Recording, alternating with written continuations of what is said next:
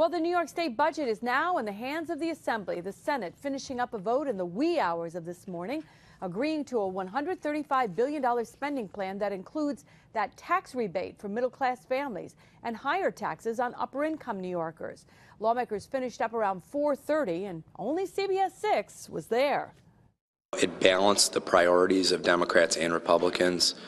It was a good budget, the third early budget in a row. This is the earliest in decades, so it's something we can all be proud of. Democrats tried to get the gradual increase in the minimum wage bumped to $9 in one shot with annual adjustments for inflation, but it was a proposal that did not get far with Republicans.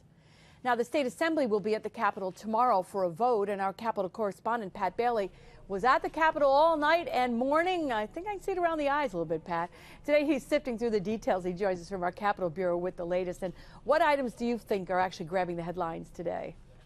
Well, Liz, we knew a lot about this budget coming in, at least the deal as far as a framework goes. However, up until late last night, we did not know specifics of funding and where it would be going in certain areas. One question answered was school aid funding. The governor said it would be about a 4% across the board increase. We knew about that in state funding. Today, however, we're seeing the district by district breakdowns. They are now available. As a whole, area school districts in the capital region saw an increase, and of course, some larger than others in this area. Let's take a look at the numbers here. Albany County Schools saw the biggest bump here in the capital region with an almost $11 million increase for next year. Now, Rensselaer County saw the smallest increase, those districts getting an extra $4.5 million.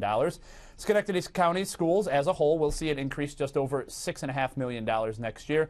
And finally, Saratoga County schools will get an extra $8.7 million over and above their funding this year. Now, I will continue to break down the numbers throughout the afternoon, and we'll have much more on this tonight at 5 and 6 o'clock. We'll focus in on a few of the districts, specific districts in the area about with the funding. We'll ask them just how much it is. It's, again, a 4% increase across the board, Liz. All right, and how about the municipalities? Did you see anything there and how that shakes out in terms of what extra money they'll get or money they'll get? Yeah, aid to municipalities, much like school funding is given to school districts, aid to municipalities given directly to municipalities, cities and counties and whatnot. Albany, for example, the largest in our area, largest city, $12.6 million. Their funding stayed the same. We're going to try to talk with the mayor later on this afternoon about that and what that funding means, especially in a time where the state budget or the state is cutting across the board, what it means to actually keep funding as much as $12 million. So we'll have much more on that tonight as well, Liz. All right, sounds like a deal. Thank you, Pat, and we'll talk to you later. In Washington, President Obama signs a spending bill to keep the government funded through September. The bill was passed by Congress last week. The measure leaves in place the automatic budget cuts known as the sequester, but there is an additional $87 billion for overseas military operations.